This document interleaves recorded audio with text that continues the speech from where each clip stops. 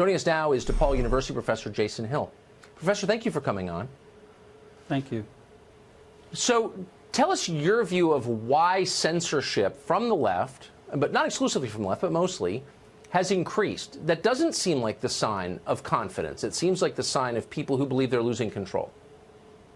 Well, I think what has happened is that the right has lost the culture wars. I think that we are seeing a period since the 1964-65 period in which the free speech movement was fought, ironically, by the far left. We are under the nefarious control of a far left movement that is in exercising cultural power and is in control of our cultural institutions. And what we have are these institutions like Google, like Twitter, like YouTube, yielding to that cultural power out of fear of retribution or repercussions that they fear will have financial consequences. But make no mistake about it, we are in the throes of a far left that has exercised and is exercising great cultural power over our society. They have won the cultural wars. What I don't understand is why people who dissent, who have different views, tend to be so passive in the face of attempts to shut them up. I understand why people don't like Alex Jones. I'm not defending Alex Jones's views, obviously. But if they can silence a radio show host, or if they can silence James Damore, the engineer at Google, why can't they silence you? Or why can't they silence me? Of course they can. Why don't we fight back against this?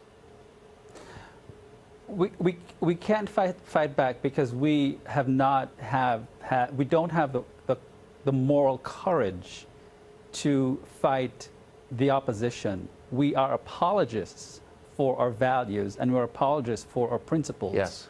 We have ceded the moral high ground to the adversary, and in some sense we have given them the moral authority out of some sense of cowardice. I think there's a great deal of moral cowardice that conservatives have, that people who are even mildly conservative have, and we have ceded the moral high ground to people who have co-opted values and principles in the name of some sort of morality that is nothing short of nihilism, cultural relativism, an attack on reason, and an attack on rational argumentation. But it's a lack of courage, and it's a lack. Yeah, I think you're exactly right.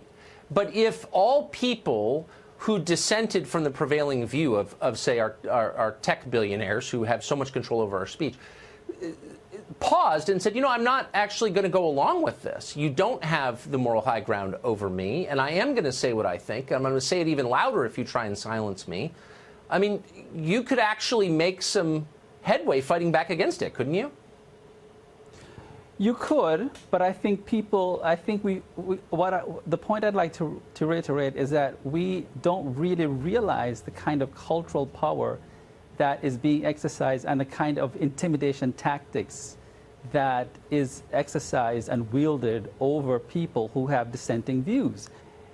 There is a kind of hijacking of one's moral conscience that has to be reckoned with. And I think until people who hold conservative values or people who are on the other side of the spectrum say, no, this is wrong, free speech has got to be defended, and whether it's even, I would go as far, Tucker, as to say even hate speech, so long as it's not an incitement to violence.